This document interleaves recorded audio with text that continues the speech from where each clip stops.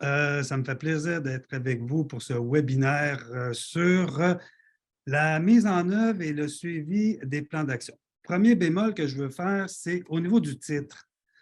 Le mot sérénité. Moi, je ne prétends pas que vous allez sortir de ce webinaire-là plus serein et sereine. Je pense que la mise en œuvre, c'est tout sauf serein et tout sauf serein. Mais j'espère à tout le moins que vous allez ressortir avec certains apprentissages que vous allez pouvoir appliquer dans vos milieux respectifs. Donc, pour moi, le mot sérénité, c'était trop lourd à porter. Là. Je voulais faire un petit commentaire sur ça, une petite précision sur cet aspect-là. Donc, je me présente, Denis Guérin. Ça fait maintenant 19 ans. J'ai perdu le compte, là, mais ça fait 19 ans que je travaille avec les municipalités et que je les accompagne. Maintenant, c'est moi qui ai la coordination de l'équipe d'accompagnement, dont plusieurs sont ici. Vous savez, Espace Muni, ça fait plusieurs années qu'on travaille avec les municipalités, mais nos mandats ont toujours été dans l'élaboration et la mise à jour des politiques, que ce soit MADA ou des PFM. Lorsqu'il vient le temps de faire la mise en œuvre, souvent, on n'est pas là. Très souvent, la majorité du temps, on n'est pas là. Notre mandat s'arrête lorsque la politique est lancée. Après, c'est à vous de la mettre en œuvre, vous les milieux, de la mettre en œuvre. Donc, ça ne veut pas dire qu'au cours de toutes ces années, même si on n'a pas été impliqué dans l'accompagnement de la mise en œuvre, qu'on n'a pas été à l'écoute des milieux, qu'on n'a pas capté certaines choses, certains besoins que vous avez lorsque vient le temps de mettre en œuvre votre plan d'action. Par contre, ça demeure vous, les experts. Moi, aujourd'hui, la tâche est facile pour moi de venir vous dire quelques trucs, quelques conseils, des conditions gagnantes par-ci et tout ça. Donc, c'est assez facile. Lorsqu'il vient le temps de la mettre en œuvre véritablement dans les milieux, c'est là que ça se complique et c'est là que ça devient un petit peu plus ardu. Donc, aujourd'hui, on va essayer de faire un tour d'horizon de ce que c'est que la mise en œuvre et le suivi. On va regarder le processus de mise en œuvre, de suivi, de bilan et d'évaluation, parce qu'il y a des distinctions à faire entre ces 4 aspects-là, donc le suivi, le bilan, l'évaluation et la mise en œuvre. On va donner quelques conseils pour bien amorcer le suivi et la mise en œuvre, donc quand vous partez avec un plan d'action. On va démystifier un petit peu les rôles, les responsabilités, l'importance de chaque acteur dans la mise en œuvre et le suivi du plan d'action. On va regarder ensemble les mécanismes de suivi et de mise en œuvre, puis on va terminer avec un aspect important dans la mise en œuvre, le financement des actions. Et on ne rentrera pas dans le détail des sources de financement, mais je vais quand même vous en présenter quelques-uns pour que vous puissiez, là, après ça, vous allez pouvoir là, aller sur Intranet et aller creuser certains programmes que je vais vous présenter. Donc, bref retour sur la Convention. Qu'est-ce que dit la Convention par rapport au suivi et la mise en œuvre? Bon, dans le cas échéant, il y a un bilan des actions, de chaque plan d'action. Donc, quand vous êtes en mise à jour, OK, vous devez fournir un bilan des actions. Donc, dans le cadre d'une mise à jour, lorsque vous avez arrivé là, dans la démarche, vous devez réaliser un bilan. Il y a l'auto-évaluation sur le déroulement de la démarche MADA et également les résultats, des résultats des actions implantées dans le plan d'action. Ça, c'est un aspect. L'autre aspect, vous devez fournir une résolution concernant la mise sur pied d'un comité de suivi du plan d'action. On va le revoir tantôt, mais dites-vous que dans la Convention, c'est les éléments qui sont demandés en termes de résultats attendus.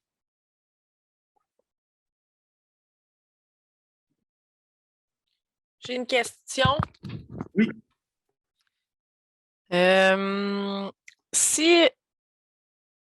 Si on n'était pas en poste quand les actions ont été faites, les activités et tout, et s'il n'y a plus de comité qui existe, comment on fait pour faire un bilan?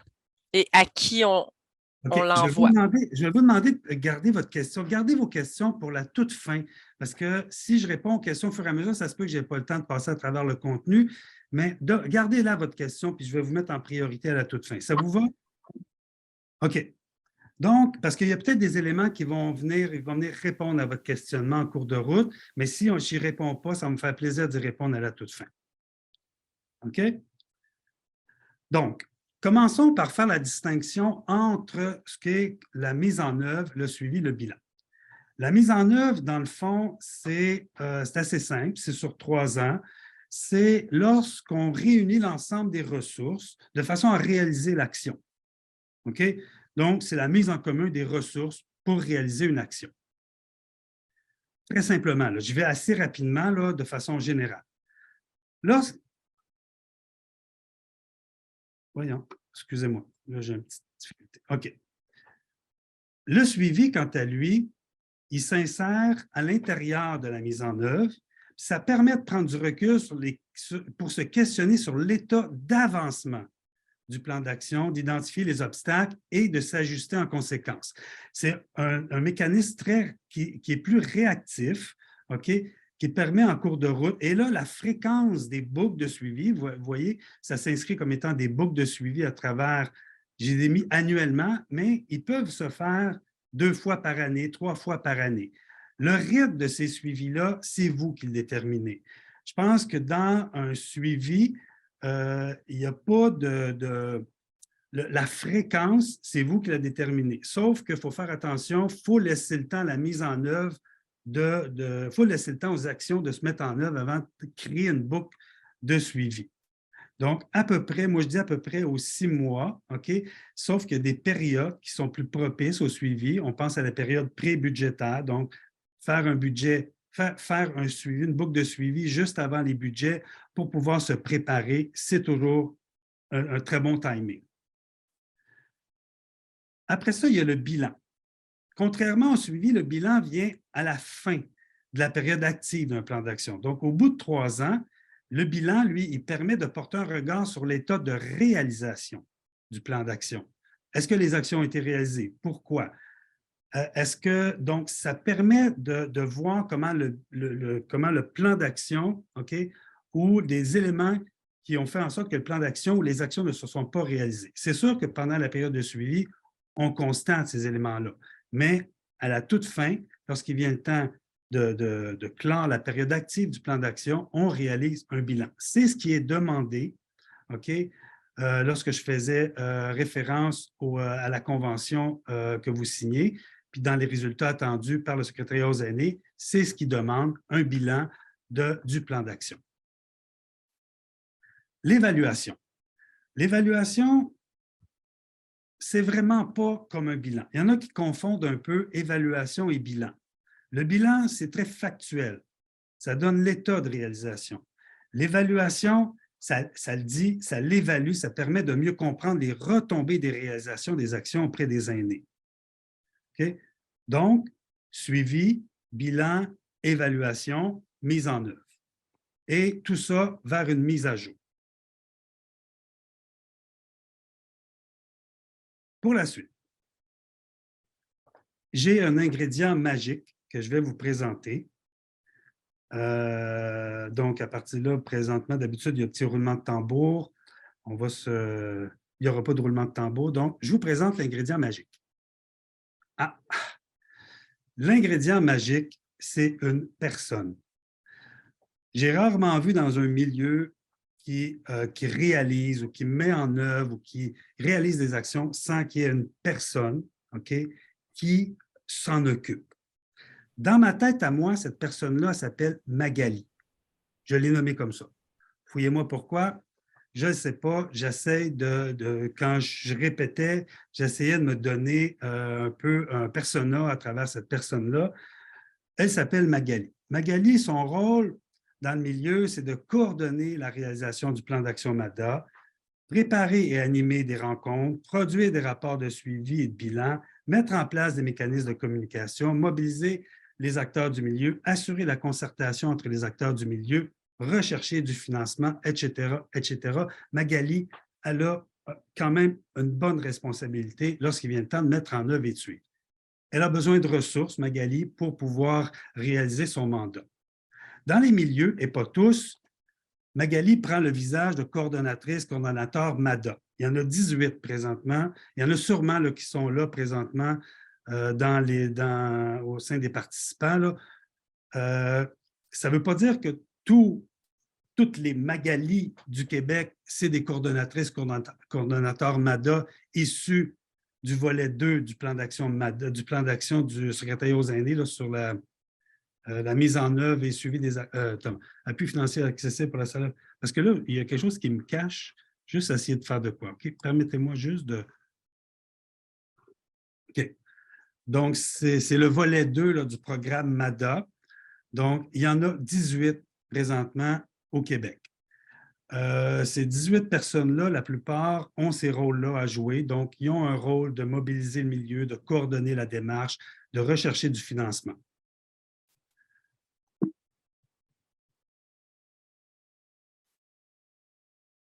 Donc, attendez, excusez-moi. OK. On retrouve Magali, qui arrive au début d'un mandat. Donc, on va essayer de placer Magali dans un contexte où elle arrive au début d'un mandat et elle a sur son bureau un plan d'action à mettre en œuvre. Quels sont on a identifié chez Espace Muni 7 éléments à considérer, 7 éléments à regarder pour bien démarrer la mise en œuvre. Ces 7 éléments-là sont les ressources dont elle dispose, qui sont mises à sa disposition, tant humaines, financières que techniques. OK?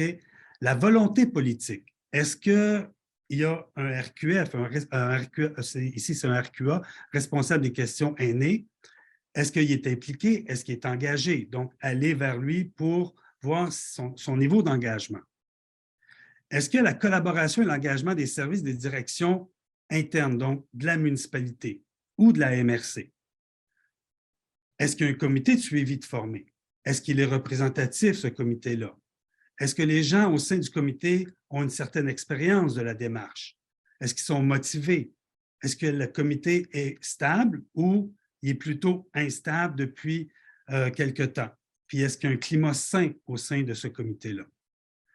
Autre élément, la mobilisation du milieu, le réseautage, dynamique de collaboration au sein des acteurs du milieu. Le contexte du milieu communautaire. Est-ce que le milieu communautaire vit des enjeux? Est-ce qu'ils sont disponibles? Parce que vous allez le voir tantôt, lorsqu'il vient le temps de mettre en œuvre un plan d'action, il y a plusieurs actions qui vont se déployer. Donc, le milieu communautaire est souvent identifié comme étant des partenaires essentiels à cette mise en œuvre-là. Donc, comment il va, ce milieu communautaire-là? Et est-ce qu'il y a des contextes externes qui viennent influencer la mise en œuvre? La pandémie en a été toute une. Mais il y a également la pénurie de main-d'œuvre qui peut aussi impacter. Et il y a d'autres exemples aussi. Donc, ces 7 éléments-là, OK, doivent faire l'objet d'un regard avant même de débuter un plan d'action, avant même de débuter son suivi et sa mise en œuvre. On poursuit maintenant. Lorsqu'on met en œuvre un plan d'action, le plan d'action qu'on reçoit, OK, c'est le plan d'action qui a été élaboré. Ça ne veut pas dire que c'est un plan d'action qui va avoir tous les ingrédients pour pouvoir faciliter sa mise en œuvre. Donc, la première chose qui doit être faite, ou une des premières choses qui doit être faite, c'est de regarder ce plan d'action-là, puis voir où pourraient se placer des ajustements pour en faciliter la mise en œuvre. Ici, je donne un exemple. OK, vous avez ici une grille typique d'un plan d'action. OK? C'est certain qu'une action qui est bien libellée, OK, va être plus facile à suivre. Je donne un exemple. Si l'action, c'est aménager un espace intergénérationnel au parc central, ça, c'est un exemple fictif, là, ça va être facile à voir. C'est quelque chose de concret.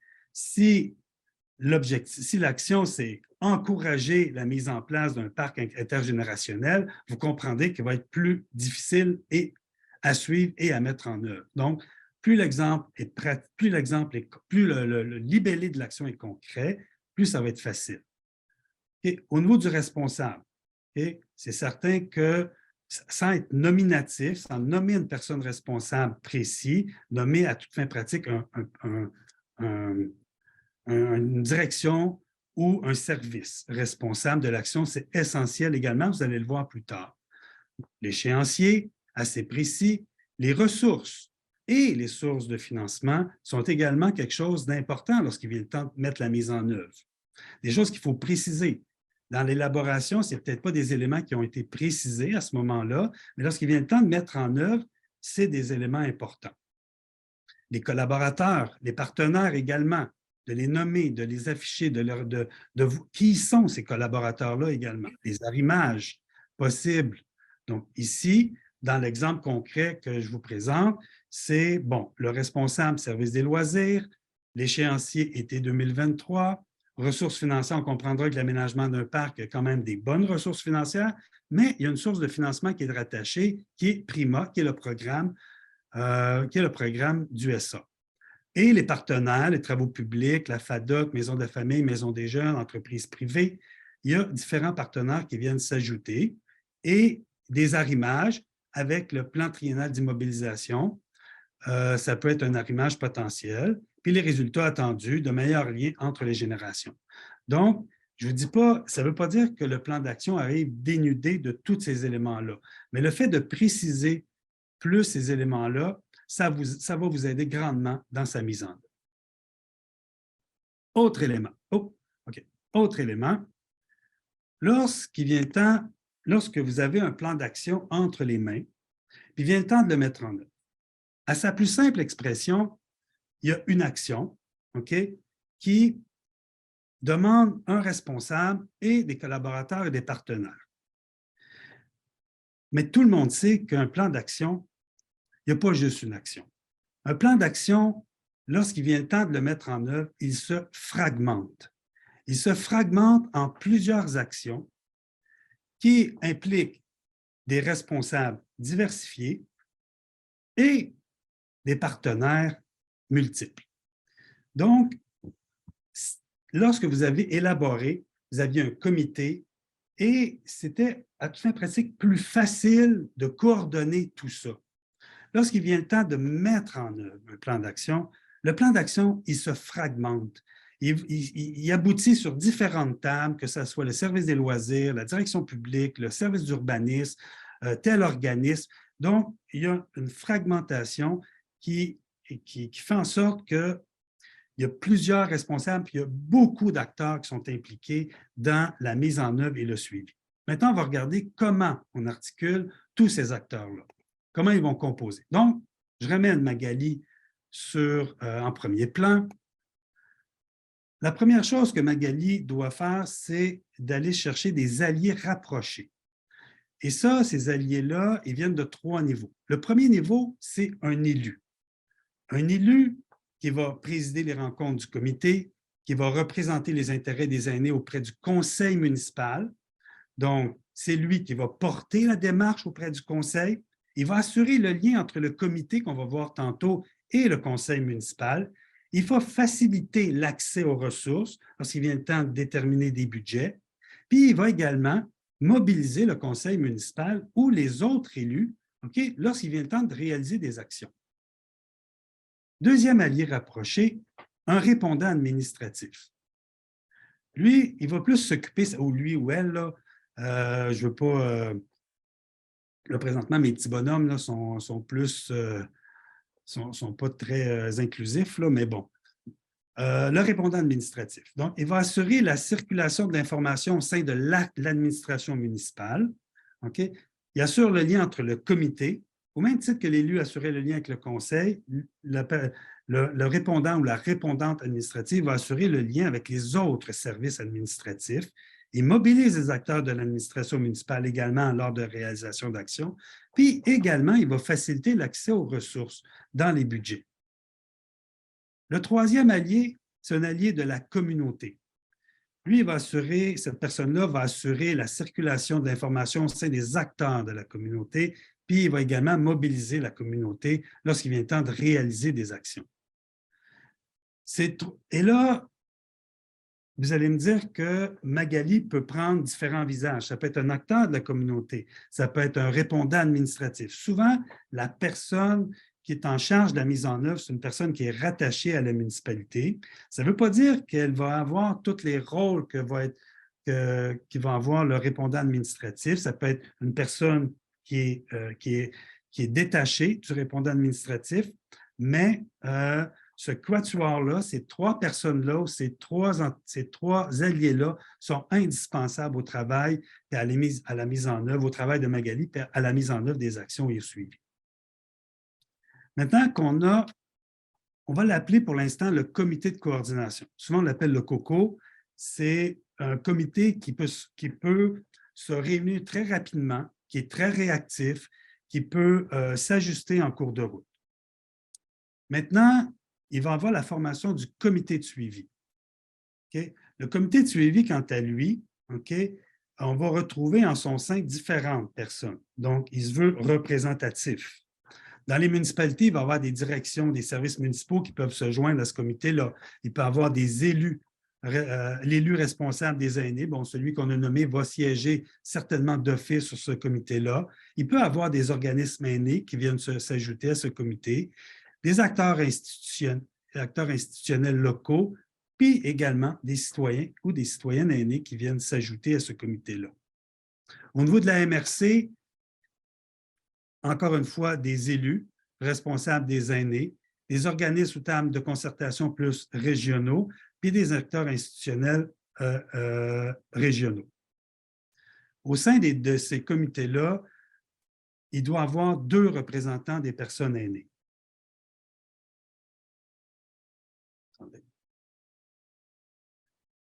On se fait souvent poser la question, ça prend combien de personnes au sein du comité de suivi?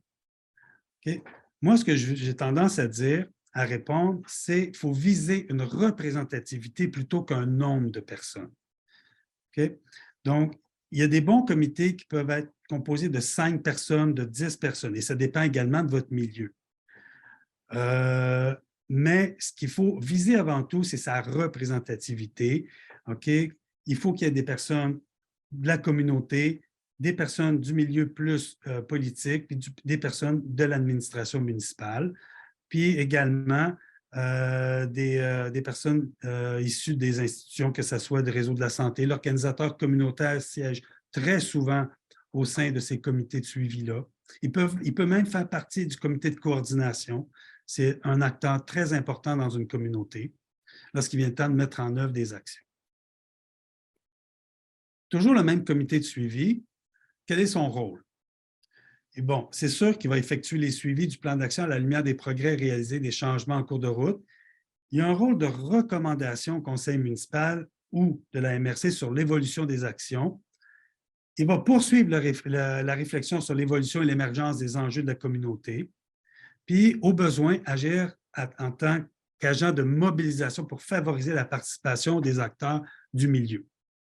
Puis également, faciliter la circulation d'informations auprès des autres acteurs du milieu.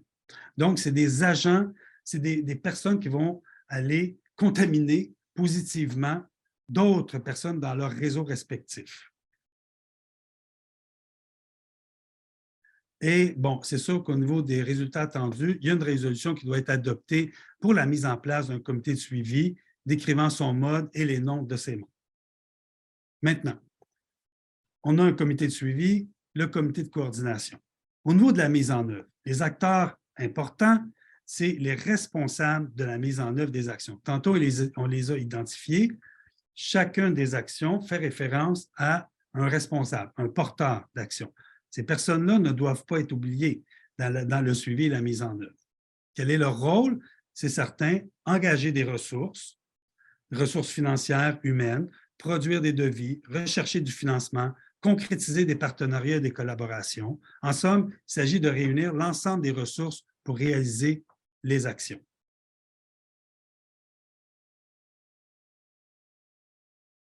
Comité de suivi, comité de coordination, responsable de la mise en œuvre.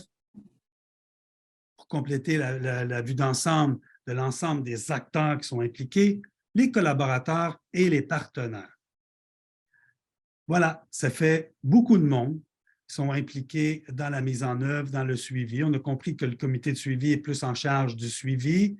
Les responsables de la mise en œuvre et les collaborateurs sont, eux, quant à eux, impliqués dans la mise en œuvre des actions. Quels sont maintenant les mécanismes à mettre en place pour que tout ce monde-là travaille ensemble? On a identifié 6. Donc, le premier, c'est de planifier des rencontres du comité de suivi sur une base régulière. Okay? Quand je dis sur une base régulière, je l'ai mentionné tantôt lorsque j'ai présenté le petit schéma avec les boucles de rétroaction, c'est à vous de déterminer la fréquence de ces rencontres-là. Nous, ce qu'on suggère, c'est qu'il y en ait au moins 2 par année, des rencontres de ce comité-là, puis préférablement en mars et également juste avant mars-avril, avant la période estivale, pour que laisser le temps aux personnes pendant la période estivale peut-être de réaliser les actions et au retour, octobre, okay, pour pouvoir maximiser l'impact au niveau des budgets. Donc, on fait un suivi, on regarde comment vont nos actions, le niveau de réalisation des actions et on ajuste en conséquence en fonction des priorités. Puis à ce moment-là, si on fait le suivi à peu près vers la période de septembre-octobre, on est prêt pour lors de la période des budgets. Prévoir des rencontres avec les acteurs responsables de la mise en œuvre des actions également. Donc, de les réunir, ces acteurs-là, de faire des suivis réguliers avec eux. Mettre en place des mécanismes pour faire circuler l'information entre les acteurs. Il y a certains milieux qui mettent en place un journal, quelque chose qui fait en sorte que l'action, pas l'action, l'évolution du plan d'action soit connue de l'ensemble des acteurs impliqués. Assurer la visibilité des réalisations et faire connaître l'évolution du plan d'action. C'est à peu près le même, ça revient à peu près au précédent, c'est lorsqu'il y a des actions qui se réalisent en cours de route, okay, de les faire connaître, de les publiciser, de les rendre visibles au sein de la population, puis au sein de la municipalité. Également, produire des rapports de suivi et de bilan, comme je l'ai mentionné au début, okay, pour documenter les changements survenus et leurs motifs, actions devancées, retardées, nouvelles actions ajoutées, actions abandonnées. Donc, de faire des rapports de suivi et de bilan. Puis, également, d'organiser un événement mobilisateur avec tous les acteurs impliqués, autant les responsables, les collaborateurs et les partenaires. Ça ne veut pas dire d'organiser ce genre de rencontre-là 2 fois par année, mais ça peut être peut-être 1 ou 2 fois pendant la période active du plan d'action qui est de 3 ans. Voilà pour les mécanismes de suivi. Maintenant, pour la suite, juste un instant, je vais juste ça.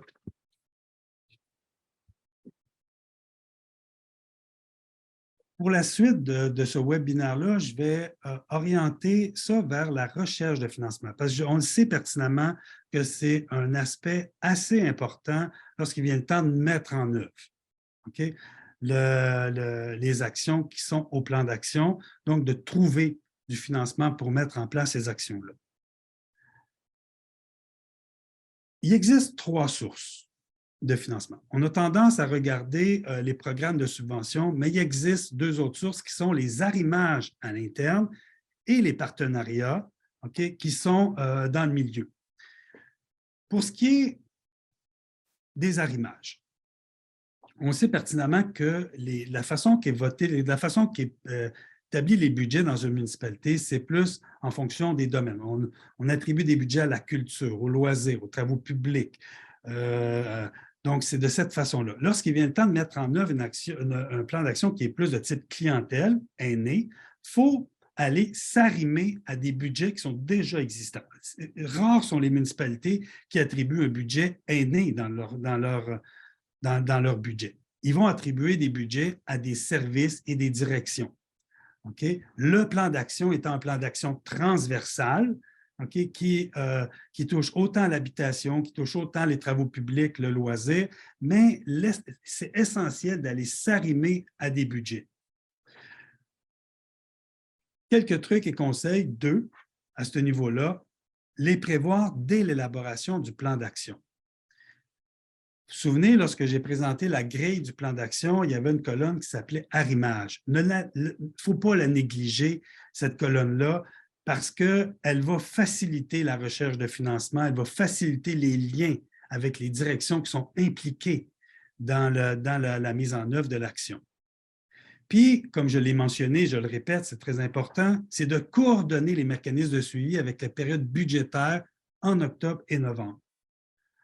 Donc, pour faciliter ces arrimages-là, ces 2 conseils, c'est certain qu'il peut en avoir d'autres, mais selon nous, les deux principaux conseils, c'est ceux-là. Au niveau des partenariats, deux conseils, pensez aux entreprises privées. Okay? Souvent, on voit, de plus en plus, on voit des partenariats dans les milieux entre les municipalités et les entreprises.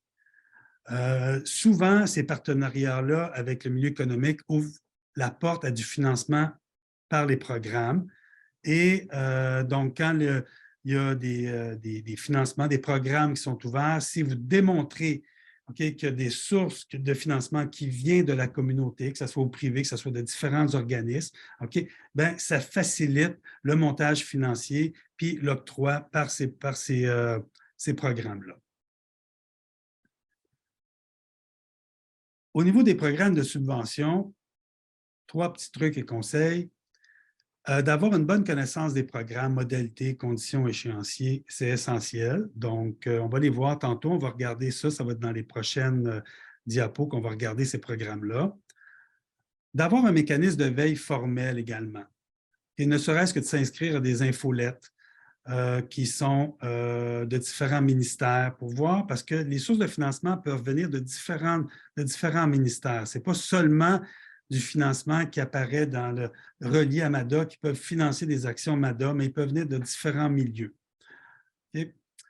Donc, d'avoir des mécanismes de veille formels. Bon, formel, informel, c'est sûr que, mais à toute fin pratique, avoir quelques éléments qui peuvent vous pister sur des sources de financement. Et également, un des conseils, c'est de bien préparer, lorsque vous avez une action et qui vous demande du financement, essayez d'aller voir, préparer un peu quand est-ce qu'il va y avoir les appels, les appels d'offres, les appels, quand est-ce que va être ouvert ces programmes-là, qu'est-ce que ça va demander, puis de façon à bien préparer lorsqu'il va venir le temps. Parce que souvent, les appels de projets sont limités dans le temps et souvent, ça peut être 1 mois, 2 mois. Quand vous êtes prêt à envoyer votre, quand il reste juste des petits ajustements à faire dans votre demande, bien à ce moment-là, ça facilite, puis ça facilite votre recherche de financement. Quelques programmes gouvernementaux. On ne rentrera pas dans les détails de chacun d'eux, mais je veux quand même en identifier quelques-uns avec vous. On connaît, bon, la plupart d'entre vous connaissez déjà le programme d'infrastructure municipale pour les aînés, le programme PRIMA. Okay? Celui qui est moins connu, parce qu'il est nouveau, c'est le programme d'aide au transport collectif régional MADA, dont les appels d'offres sont présentement ouverts jusqu'au 30 novembre 2022. Okay? Donc, je ne rentrerai vraiment pas dans les détails. Il nous a été présenté, moi j'en ai pris connaissance seulement la semaine dernière lors d'une présentation dans le Bas-Saint-Laurent. Mais c'est un nouveau programme, puis je vous invite à aller voir. Vous avez juste à... vous allez voir, vous allez avoir les coordonnées de ce programme-là. C'est un programme qui est spécifique à MADA, qui aide au transport collectif régional. Vous avez 3 autres programmes qui sont ouverts, pas pour les municipalités, mais pour les organismes sans but lucratif, qui est le programme Québec Amis des aînés, qu'on connaît, qui est là depuis quand même assez longtemps, mais il y a quand même d'autres programme Action aînée du Québec et Initiative de travail de milieu auprès des aînés en situation de vulnérabilité. Comme je l'ai dit, ces 3 programmes-là ne sont pas ouverts aux municipalités, mais sont ouverts aux SBL. Puis, dans les plans d'action, lorsqu'il y a une action qui peut être mise dans le plan d'action, dont la responsabilité vient à un organisme, rien n'empêche cet organisme-là de faire appel à ces programmes-là pour subventionner ou comme source de financement à la mise en place de son projet. Un autre programme, celui-là, plus un programme fédéral, donc le programme Nouveaux Horizons. Je suis certain que la grande majorité d'entre vous le connaissez. C'est un programme qui offre un soutien financier pour la réalisation de projets et a une influence positive sur la vie des aînés et dans leur collectivité. Donc, c'est un programme qui permet de financer quand même un grand nombre d'actions qui peuvent être présentes dans vos plans d'action. Chez Espace Muni, on a mis en place la banque des 1001 mesures. Dans la banque des 1001 mesures, il y a un nouveau volet qui s'appelle la banque des... attends une minute, c'est... La Banque des milieux de mesure, c'est le répertoire des subventions, excusez-moi. Le répertoire des subventions. Ça, c'est tout nouveau. Par contre, pour pouvoir avoir accès à la Banque des milieux de mesure, il faut être membre chez Espace Muni, mais ceux qui sont déjà membres ont accès à cette banque-là. Qu'est-ce qu'on retrouve dans cette banque-là? Donc, c'est des subventions. Bon, les subventions sont ajoutées. OK? On essaie de maintenir à jour, OK? Les subventions qui sont présentes dans cette banque-là. On en a présentement entre 40 et 50. Ne sont pas tous nécessairement disponibles pour les municipalités. Okay? C'est des subventions qui peuvent être disponibles autant pour les organismes, il y en a pour les municipalités, il y en a quelques-unes. Je vais vous présenter dans la deuxième partie là, un outil complémentaire à la Banque des milieux de mesure qui permet d'identifier plus rapidement les subventions aux municipalités. Comme je l'ai dit, il n'y a pas de veille constante des subventions qui sont sur cette banque-là. Donc, ça se peut qu'il y ait des subventions qui soient échues, d'autres qui n'apparaissent pas encore. On essaye autant que possible d'établir quand même une certaine régularité dans la mise à jour de cette banque-là, mais soyez conciliants avec nous là, parce que ça relève d'une seule personne chez nous, puis ça peut être très ardu d'établir un mécanisme de veille vraiment qui peut nourrir cette banque-là de façon constante. Pour pouvoir compléter, comme je le disais, cette banque-là, qui n'est pas nécessairement exclusive aux municipalités, on a un outil complémentaire, c'est un tableau tout simplement qui répertorie les subventions, qui va extraire de la banque, le répertoire des subventions, les subventions qui sont accessibles aux municipalités, OK, et au MRC, puis qui touchent les domaines suivants, la mobilité, l'aménagement du territoire, l'accès inclusif et le patrimoine. Donc, cet outil-là, c'est disponible via ça peut être disponible, c'est disponible via l'équipe d'accompagnement, mais il va être rendu disponible à l'ensemble des municipalités très bientôt. Donc, tout simplement, mais ceci étant dit, vous allez retrouver dans le répertoire des subventions l'ensemble de ces subventions-là. C'est juste que nous, on a extrait pour les besoins des municipalités pour la recherche de financement.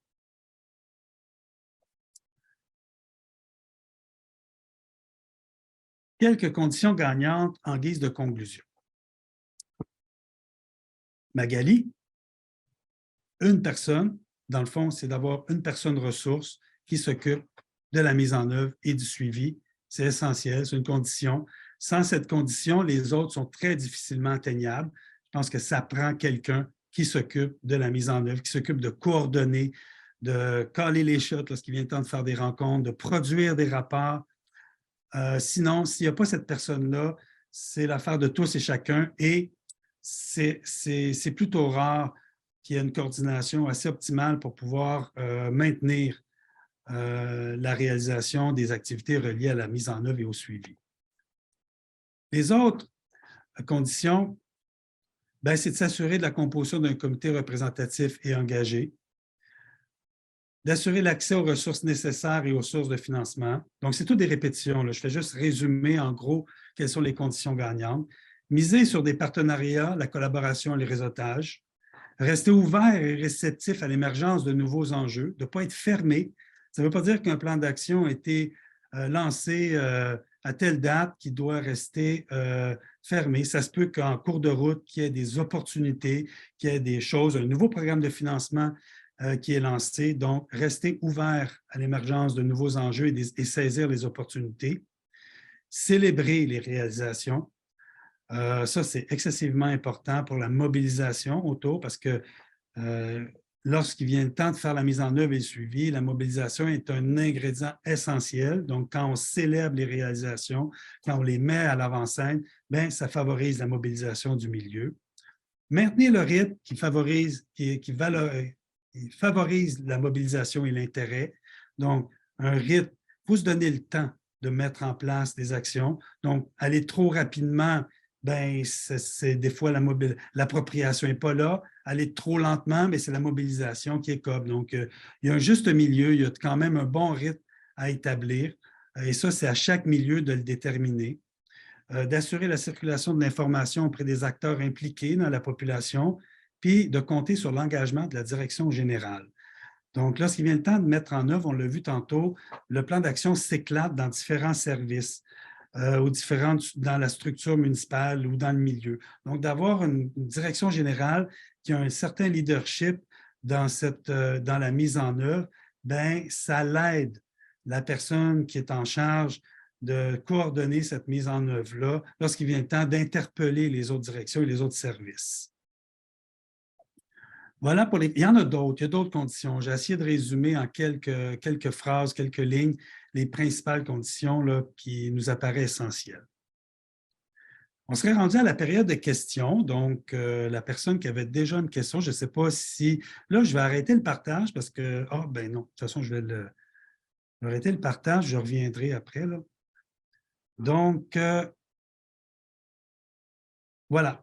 Il y a plusieurs questions, Denis, dans le chat, mais on peut commencer avec Jacinthe pour la première question. Puis, n'hésitez pas à lever la main, je vous donnerai le tour de parole pour les questions. Puis, on verra aussi les questions qui sont dans le chat. Alors, oui, je vous écoute. La personne qui avait une question initialement, là. Oui. En fait, c'est 2 questions en une. Vas-y. En fait, c'était pour savoir, parce que là, il y a eu plusieurs choses dans le chat, excusez-moi. Au niveau du comment faire pour juste créer un groupe de suivi, un comité de suivi, quand il n'y en a plus? Bien, moi, c'est d'aller chercher les alliés rapprochés. Mais c'est ça, mais quand on ne sait pas c'est qui, parce qu'on est trop jeune dans l'organisme. Il y a un niveau de connaissance à acquérir dans l'organisation, mais je pense que le premier réflexe, c'est de connaître l'élu, là, qui est l'élu responsable le RQA, l'élu responsable des questions aînées ou celui qui Il n'y en a pas. Bon, bien, bon. OK, là, on recule encore. Il faudrait qu'initialement, là, pour pouvoir favoriser ça, il faut qu'il y en ait un. Donc, d'établir une résolution qui en nomme un, parce que dans un milieu qui a un MADA, ben, dans la résolution qui demande là, à la reddition de compte, il faut qu'il y ait quelqu'un qui soit nommé au sein de l'appareil politique pour pouvoir porter ce projet-là. S'il n'y en a pas, ou si suite aux élections, ça a tombé entre 2 chaises, et tout ça, ça peut arriver, je pense que la première chose à faire, c'est de relancer la nomination, d'établir une résolution, puis de relancer la nomination de cette personne-là. Ben, je suis tout à fait d'accord avec vous, mais est-ce que ça fait partie de ma responsabilité en tant que technicienne en loisirs? Ça, c'est de la politique? Oui, mais parce que ça va devenir un allié pour après ça. Oui. Oui, mais. Oui, mais c'est pas dans. Je veux dire, je me vois mal en train de recruter un élu? Oui, ben pas recruter, mais tu sais, aller l'approcher et tout. J'ai pas accès tant que ça au. En tant qu'élu, oui. En tant qu'élu, vous pouvez envoyer la question au conseil en disant « J'ai besoin que vous me nommiez à l'intérieur de vous quelqu'un qui va m'épauler puis qui va… Il faut que le conseil sélectionne entre eux. » Oui. Ce serait ma recommandation. Ce serait d'adresser ça au conseil, tout simplement. Je pense que c'est une très bonne recommandation. Je suis conseillère, c'est la façon dont je suis devenue participante dans mon comité. On avait demandé une personne au sein du conseil pour représenter la MADA que je suis. Bon, voilà. Donc, c'est parfait. J'aime bien ça quand les autres ont des réponses, parce que je ne prétends pas avoir la réponse à toutes les questions qui sont posées. Des fois, j'ai ma vision des choses, mais là, vous amenez un très bon point. Donc, d'adresser ça directement au conseil. C'est ça, ce que vous me dites, c'est d'adresser ça au conseil, mais sans nécessairement. OK, c'est bon, me servir de cet intermédiaire-là. Sans nécessairement pointer quelqu'un, ce que j'en comprends, c'est tout simplement laisser au conseil le soin de décider qui va prendre ce rôle-là. Est-ce que je peux ajouter aussi quelque chose? Oui. Aussi, comme je suis un élu, d'habitude, pour assurer qu'on suive les lignes de direction, je vous propose plutôt de parler avec votre directeur général qui a les liens directs avec le conseil et de nommer votre DG car quant à les démarches MADA, on a besoin qu'un membre de conseil est nommé comme, etc., etc. C'est peut-être un peu plus souple, une façon de faire, au lieu que c'est vous qui demandez au conseil. Ah, vous voyez, on vient de mixer deux solutions. Donc, adresser ça au conseil par l'intermédiaire d'un DG qui, lui, a un lien direct vers ce conseil, vers le conseil municipal. Bien, je vous remercie, mais une fois que cette personne-là est nommée, est-ce que, je pose des questions, là, mais est-ce que cette personne-là, c'est elle qui crée le comité de suivi et le comité de coordination ou c'est moi? Parce que moi, je porte genre plusieurs chapeaux. Oui, excusez-moi, je suis élue à la municipalité. Oui. Et effectivement, moi, j'irais dans le même sens que Mme Linda Graham l'a fait. C'est de communiquer avec votre DG qui va s'organiser, qui est un élu responsable.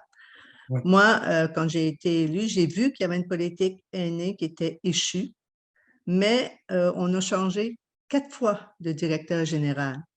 Fait que avant, c'était le directeur général qui était comme coordonnateur. Fait qu'il a fallu que je travaille mon dossier pour arriver à me faire reconnaître un peu comme la personne qui pourrait prendre en charge le dossier. J'ai monté le comité de suivi, puis on est en train de faire une mise à jour de la politique. Mais encore une fois, on est une petite municipalité, puis on n'a pas de chargé de projet. Fait que moi, comme élu, ben, je me tape, excusez-moi l'expression, tout le travail à date, mais une chance que je suis épaulée par un très, très bon comité de suivi, là, avec des gens là, qui représentent bien un petit peu les enjeux du milieu.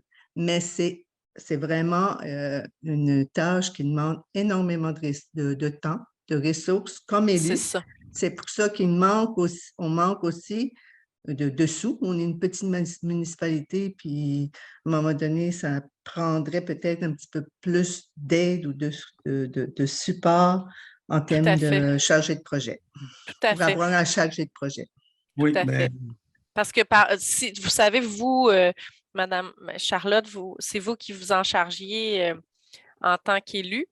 Ben là, en même temps, quand il n'y a pas de comité, ben, ça tombe dans mes tâches à moi. Juste parce qu'il n'y a personne d'autre, en attendant que le comité le prenne sur ses épaules. T'sais. Donc, comme vous dites, c'est une charge de travail énorme qui ne peut pas être remplie par une seule personne. Par une seule personne en plus des autres tâches. Donc, c'est juste, je pense que c'est le cas de plusieurs petites municipalités parce qu'on ne peut pas s'appuyer nécessairement sur un comité. Soit il n'existe pas ou plus, soit qu'eux, ils n'ont pas le temps. Fait que c'est quand même une problématique. Ce n'est pas une mauvaise volonté, c'est juste que j'apprends sur le tas, comme on dit.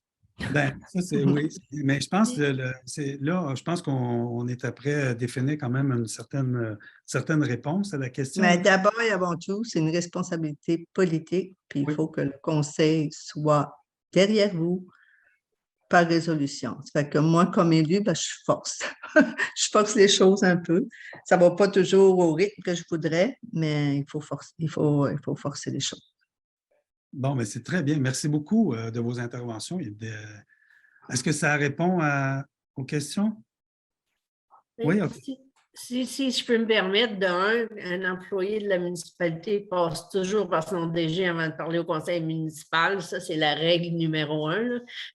2, nous, dans notre région, on a beaucoup de petites municipalités et la table des aînés a offert à notre MRC de faire le bilan des plans MADA et de la mise à jour du plan d'action. Donc, on a offert à toutes les municipalités et la MRC de coordonner ça. Donc, nous, ça nous permet d'embaucher un employé, puis eux, bien, ça permet de dégager les gens, des conseillers en loisirs qui sont débordés parce qu'ils ont 1001 dossiers, là, parce que les petites municipalités ont peut-être 10 à 20 employés municipaux là, qui ont 50 000 affaires à faire dans une...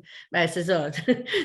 Dans les villes, on s'entend que oui, il y a du personnel, mais dans les petites municipalités. Alors, c'est pour ça que chez nous, la table des aînés a offert d'embaucher un employé qui travaillerait sur les dossiers de chacune des municipalités. Il y a une certaine réticence quand même, là, mais c'est une façon de s'en sortir aussi, là. Donc, vous confirmez le fait que ça prend une personne pour pouvoir s'occuper de ça. Là. Tout à fait. S'il n'y a pas cette personne-là, c'est très difficile à maintenir, surtout pour les petits milieux. C'est ça. Est-ce qu'il y avait d'autres? Oui, il y avait d'autres interventions. Là.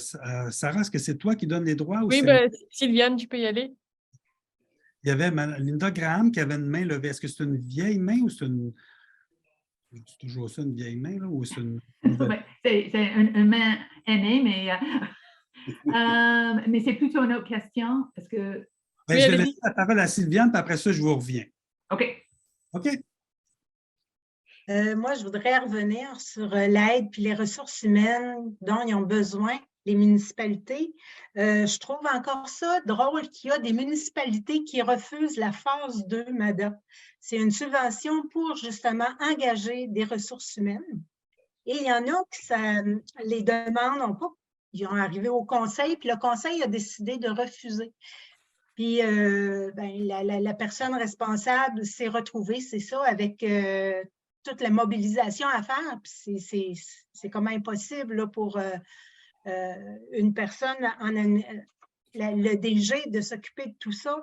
Alors, je me demandais pourquoi, justement, les municipalités ne font pas la demande de la phase 2, parce que c'est un salaire de ressources humaines.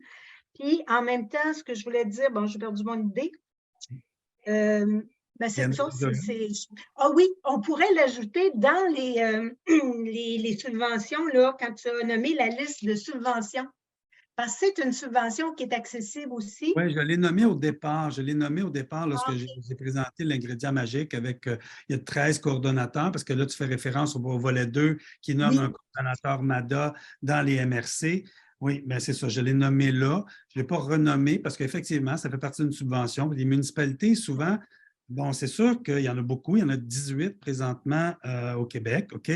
Il va en avoir d'autres. En 2023, là, on nous a dit là, c'était pour être relancé ce volet-là. Donc, il va y avoir la possibilité encore d'en ajouter à ce groupe déjà présent dans les milieux.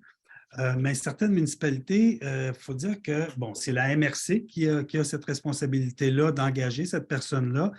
Puis les municipalités qui adhèrent pas à ça, la raison peut m'échapper. Je pense qu'il y a une question de je ne sais pas, je ne pourrais pas dire. C'est sûr que la municipalité, la MRC doit avoir une contribution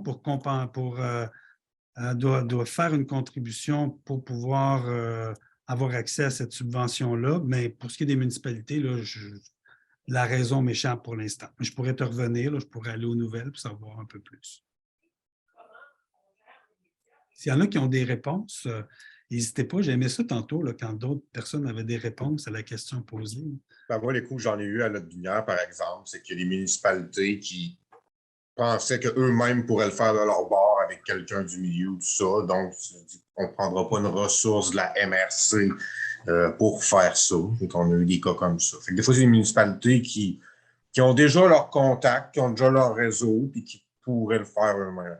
Après, la question, c'est toujours le jour où on est accepté pour un volet 2, on ne sait pas quand ça va avoir lieu, l'appel de projet, tout ça, mais c'est ça, ces municipalités-là, c'est comment on les inclut justement là-dedans. Parce que on ne peut pas leur dire vous n'avez pas voulu, on ne vous aide pas. Là, c'est quand même qui reste embêtant. Mais des fois, il y a des municipalités qui, c'est ça, veulent faire un peu comme dans les mises à jour. Des fois, ils s'engagent les consultants, les trucs de même de leur côté. Je pense que c'est un petit peu une partie de la réponse. OK, bien, merci beaucoup. Oui, c'est effectivement, des fois, ça peut être la municipalité qui décide de prendre ça plus en charge. Puis, on le voit beaucoup, ça peut être des municipalités plus centrales, des municipalités de services qui sont dans les MRC qui prennent ces décisions-là. Oui, là, on va prendre, là, je vois le temps filer, il est déjà 13 heures quand même, ça passe assez vite. On va prendre encore 3 autres interventions. Puis après ça, bien, on va se quitter là-dessus. Alors oui, je vous repasse la parole, Mme Graham. Merci beaucoup. Donc, ma question, c'est, vous avez mentionné, si j'ai bien compris, dans les démarches MADA obligatoires, vous avez la notion d'une plan sur une période de 3 ans minimum. est-ce que plutôt on peut avoir un plan avec une période plus longue que 3 ans? Oui, vous pouvez avoir vous pouvez. Le programme ne limite pas à 3 ans. C'est un minimum de 3 ans, OK? Mais il peut y avoir des plans d'action qui vont jusqu'à 5 ans. Bon, aller plus loin que ça, faut vraiment être devin dans le temps là, pour essayer d'extensionner un plan plus loin que 5 ans, mais il en existe. C'est plutôt rare. OK? La plupart se maintiennent le 3 ans, mais il peut en avoir sur 5 ans. Oui. Et est-ce que l'idée, c'est qu'après avoir passé, mettons, les 3 ans, on fait une autre démarche de révision du plan, grosso modo, au complet? Oui, vous pouvez, lorsqu'il est dans le programme, là, je ne sais pas comment il va être reconduit, là, mais dans les versions antérieures du programme, supposons que vous faites une démarche MADA avec une subvention en 2015, le plan d'action 2015, 2016, 2017, voire même 2018, vous pouvez en 2019 redemander une demande de subvention au OSA pour faire la mise à jour de votre plan d'action MADA. Ah, OK, parfait. Juste une question. Malheureusement, j'ai eu un petit problème technique. Est-ce que vous avez montré dans votre présentation un modèle de résolution pour le comité de suivi? Non, je n'ai pas mais on en a, OK? Ah. On en a des modèles, sauf que c'est sûr que vous avez juste à communiquer avec nous, puis on va vous la faire parvenir. C'est certain que tous ces outils-là sont transmis dans les milieux via notre équipe d'accompagnement. S'il n'y a pas eu d'accompagnement dans votre milieu, puis il n'y a pas eu de démarche d'accompagnement par Espace Muni, c'est sûr que ces outils-là ne vous ont pas été transmis, mais vous avez juste à appeler là, ou à faire demander à Sarah, puis à ce moment-là, on va vous transmettre le modèle. OK, merci. Madame Isabelle Champagne. Bonjour, Denis. Bonjour tout le monde. Ma question est la suivante. Denis, tantôt, tu parlais de subventions par rapport à aller voir peut-être au niveau du privé. Comme ancien employé municipal, c'est des choses qu'on peut difficilement faire, d'aller directement s'adresser à l'entreprise privée pour des actions XY dans des plans d'action. Souvent, peut-être le conseil que je donnerais à ce niveau-là, c'est surtout de passer par un organisme ou un partenaire extérieur, parce que c'est une forme de lobbying, en fait. Là, je peux m'expliquer comme ça, quand un employé municipal, on n'a pas ce droit-là, en guillemets, là, au niveau des gestionnaires, d'aller faire des démarches, à moins que le conseil nous mandate exclusivement pour ça, mais je n'ai pas vu ça souvent, en fait. Je ne sais pas de ton côté, qu'est-ce que tu as par rapport à ça, là? Il y a quelques expériences, mais comme tu le dis très bien, ça passe souvent par des organismes du milieu qui ont établi des partenariats avec l'entreprise pour pouvoir faire des projets. Puis peut-être aussi, j'avais un autre point pour Mme Graham. En fait, quand vous parliez de la durée du plan d'action, moi, si j'ai un conseil, une proposition de conseil à donner, entre autres, plus du côté employé, puis peut-être que Mme Graham, au niveau des loups aussi, c'est quelque chose qui pourrait vous intéresser, c'est de s'assurer que votre plan d'action rattache le prochain parti qui va être au pouvoir. Parce que quand on travaille avec le parti en place, des fois, ça va super bien. Puis là, il y a un changement de vision. Mais si votre plan arrête avant les élections, le fait de la poursuite risque d'être peut-être plus ardu, plus difficile ou pas du tout, à moins qu'il y ait la même vision, mais par expérience, souvent les conseils tentent de se dissocier du conseil précédent quand il y a une majorité là, complètement nouvelle à l'intérieur d'un conseil municipal. Fait que moi, ce que je vous propose, c'est de 3, 4 ou 5 ans, mais assurez-vous que la première année du mandat du prochain conseil soit rattachée dans votre plan. Je ne sais pas si tu es d'accord avec ça, Denis. Oui, parfaitement. Parce qu'effectivement, sur un plan de 5 ans, on sait que les élections municipales, ça arrive aux 4 ans. Donc, déjà là, on déborde.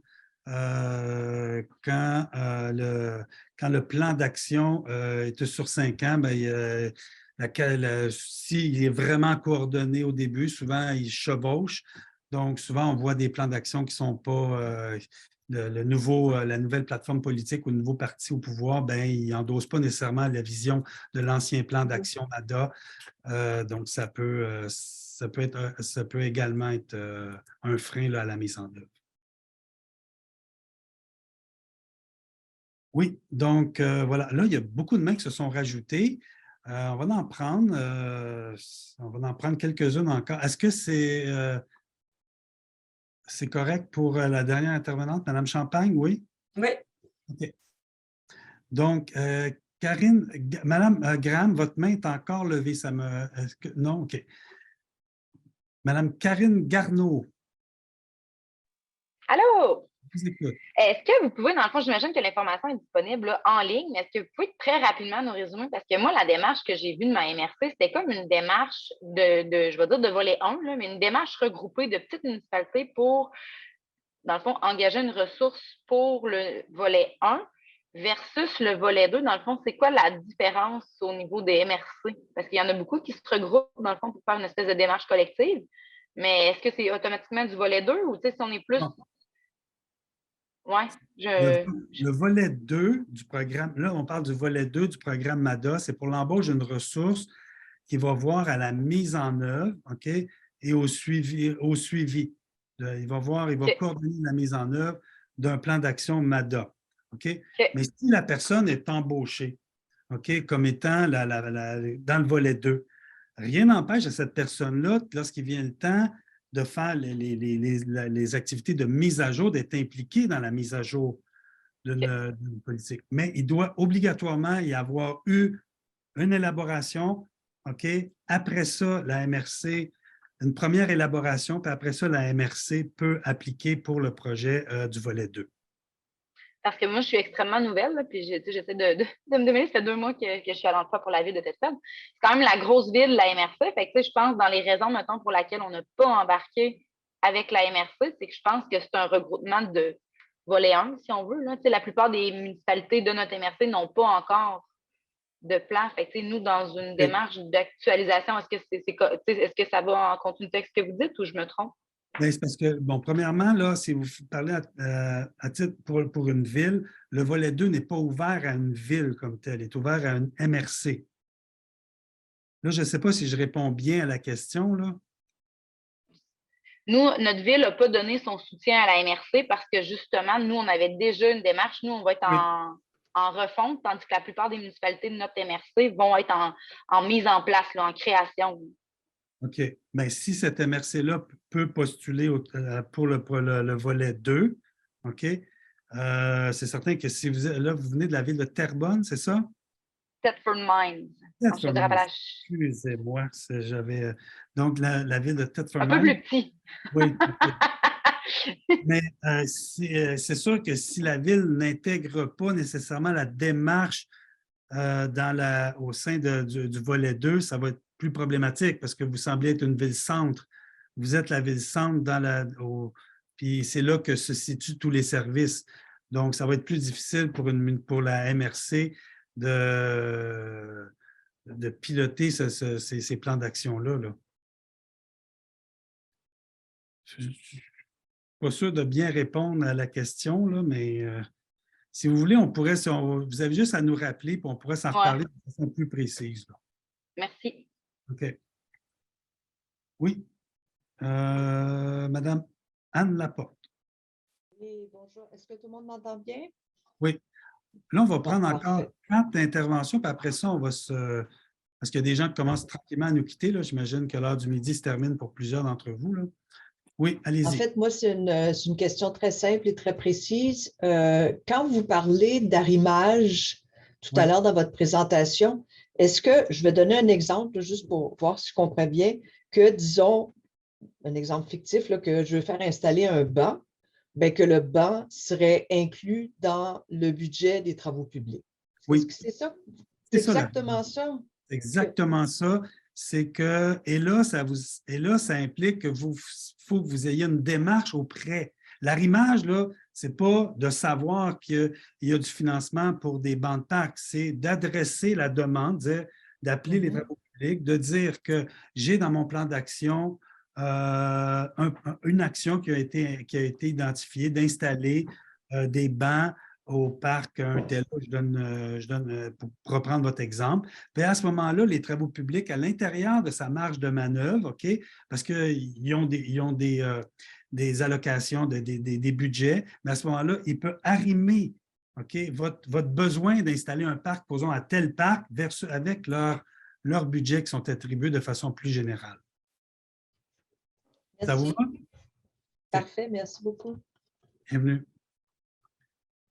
Madame Charlotte.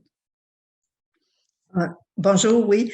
Nous, ici, au niveau de la municipalité, on a fait notre première élaboration de politique, soit de 2015 à 2018. Puis avec des changements au niveau de DG, avec la pandémie, tout ça, on a négligé de faire la mise à jour. On est à l'étape de mise à jour. Mais on a eu une information, à l'effet qu'on a une reddition de compte à fournir et la date limite pour la reddition de compte avec beaucoup d'étapes, c'est le 31 janvier. Fait qu'on a fait quelques étapes, mais la production ou la revue de notre politique ou la revue de notre plan d'action, c'est impossible là, avec peu de ressources de fournir ça d'ici le 31 janvier. On peut faire les résultats attendus, on a la résolution du conseil, on a plusieurs étapes de fait, mais on n'a pas tout ce qui est exigé au niveau de la reddition de compte. C'est quoi les conséquences à ce moment-là? Moi, ce que je vous invite à faire, si ce n'est pas déjà fait, c'est de communiquer avec le secrétariat aux aînés pour demander un délai. Okay? On l'a fait. On a demandé un délai, mais on nous a dit qu'on ne pouvait pas nous accorder plus loin que le 31 janvier. OK. Bon, bien, à ce moment-là, ça, je n'ai pas d'autres solutions à vous donner parce que les conséquences, c'est sûr que c'est sûr qu'on a quand même fait, en termes de reddition de compte, le bilan est fait. Mais pourquoi dans une reddition de compte, on nous demande déjà de produire notre plan d'action pour les prochaines années? C'est ça là, que je trouve qui est peut-être incompatible. Qu'on nous demande une reddition de compte sur qu'on fasse l'évaluation, les premières étapes que vous avez notées, l'évaluation, qu'on fasse un retour sur le plan d'action avec les résultats attendus. Parfait. Qu'on donne une résolution comme quoi le conseil nous mandate le comité de suivi pour la mise à jour. Parfait.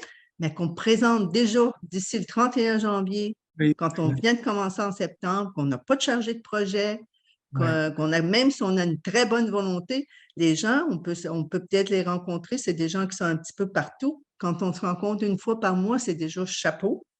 Fait que comment voulez-vous qu'on fasse une mise à jour d'ici le 31 janvier? C'est sûr que ça va être je suis d'accord.